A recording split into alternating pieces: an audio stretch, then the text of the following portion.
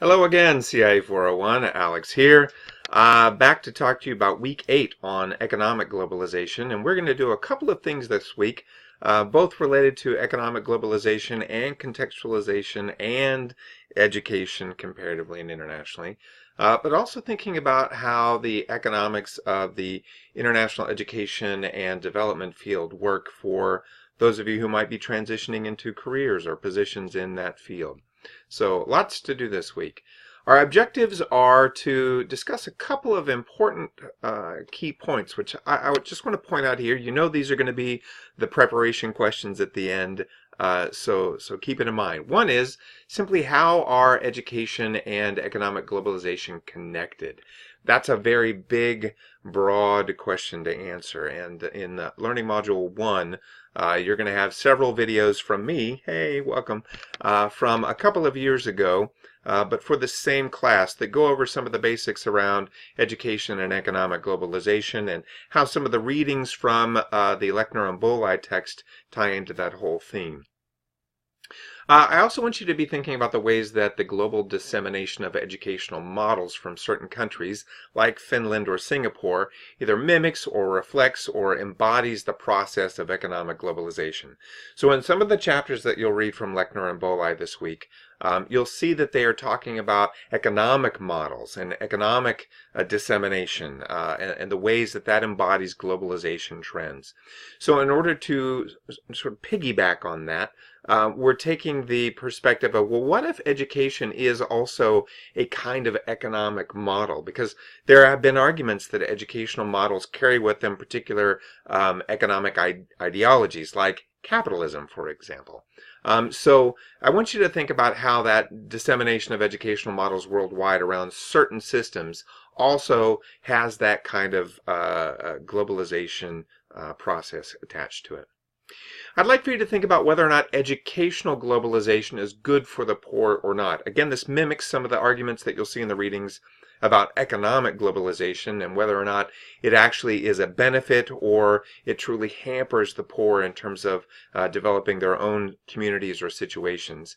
And whether or not a country's educational integration of global educational models either mediates or resolves economic as well as educational inequality. Again, there are arguments that economic globalization and the spread or integration of global economic models can resolve educational inequality. But there are also arguments that are just the opposite, that when you have particular economic models like capitalism, again, that spread worldwide, they create highly stratified communities that are highly divided based on economic resources, income, status, etc. So thinking about how education fits in that mix is going to be an important challenge for us this week. Finally, related to the readings in the Lechner and Bolai chapter or section and the idea of economic globalization, broadly speaking, I want you to think about how educational systems are involved in the practice of washing.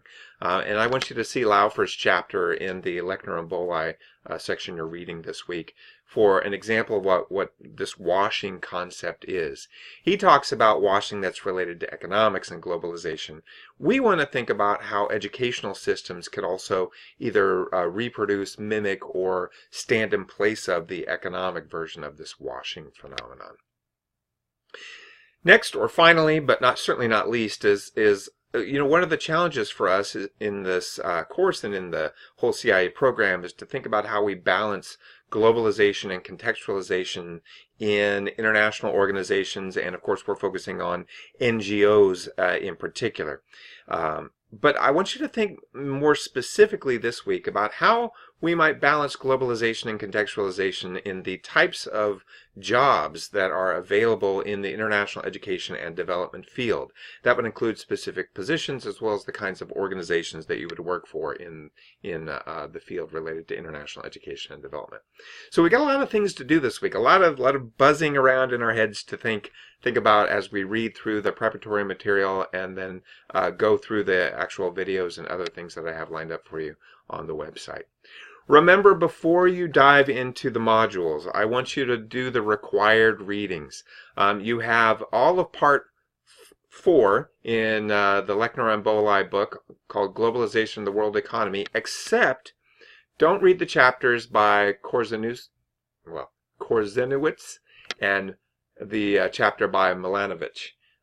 These are interesting chapters. You're certainly welcome to read them on your own, but you are not required to read them. I don't expect to have a conversation about them for CIE 401. It's a relatively straightforward reading this week. The biggest challenge for you is going to be making those connections between the economic arguments and the educational phenomena that we're truly interested in this course.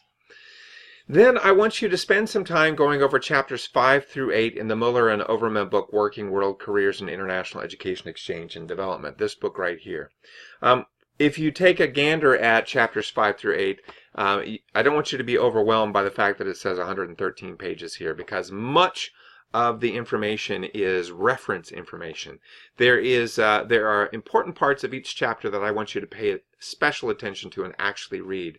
That is, at the beginning of each chapter, there's going to be an introductory section that sort of explains, for example, this is chapter 6 on professional associations, and there is an introductory section that lasts a little over a page that explains what they're talking about related to professional associations and how you can be a part of the working world related to international education exchange and development in these professional associations. And then there are several pages of really just overview reference material, the different kinds of professional associations in this chapter, their addresses, their phone numbers, their websites, their Twitter handles, is that the right word? A brief description of what each organization does and who the members are. I mean, this is all stuff that you can glance at. And then when you get towards the end of each of the chapters, there will be these profile sections, and you'll notice them because they have this darker shading around them. These profile sections I also want you to read carefully, because these are outlines of people who are actually working in the field in that particular kind of an organization, whether it's professional associations in Chapter 6 or it's general work in international education and development in Chapter 5, or it's internships in Chapter 7. I mean, they each have that. And it will go through these profiles or these case studies of individuals who found jobs, who have jobs in the field in that particular area, and it will tell you how did they get into that field, how did they describe the field, what was their career path, what do they do day to day. I mean, this is really interesting information.